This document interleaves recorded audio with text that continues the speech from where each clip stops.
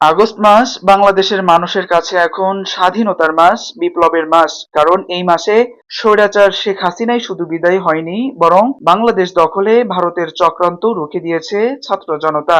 প্রতিবেশী ভারত থেমে নেই, বন্ধুত্বের আড়ালে বাংলাদেশের বিরুদ্ধে একের পর এক চক্রান্ত করেই যাচ্ছে।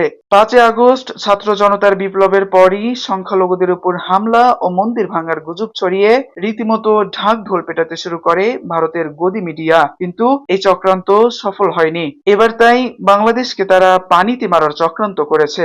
বাংলাদেশের নদীতে দেয়া বাঁধগুলো তারা একে একে খুলে দিচ্ছে, আর পানির জোয়ারে ভেসে যাচ্ছে দেশের বিভিন্ন জেলা। ভারত থেকে নেমে আসা পাহাড়ি ঢল ও ভারী বৃষ্টিপাতের কারণে বাংলাদেশের কয়েকটি জেলায় আকস্মিক বন্যা পরিস্থিতি সৃষ্টি হয়েছে। এতে প্রায় 30 লাখ মানুষ বন্যা কবলিত হয়ে পড়েছে, প্রাণহানি হয়েছে। ফেনীতে এমন ভয়াবহ বন্যা আর কখনো দেখা যায়নি। জানা যায় ত্রিপুরায় গোমতী জেলায় অবস্থিত গোমতী পানি বিদ্যুৎ কেন্দ্রের ডম্বুর সুইচ গেট খুলে দিয়েছে ভারত। এতে বাংলাদেশের বিস্তীর্ণ অঞ্চল ডুবে গেছে। ফারাক্কা বাঁধের কয়েকটি গেটও খুলে দেওয়া হয়েছে।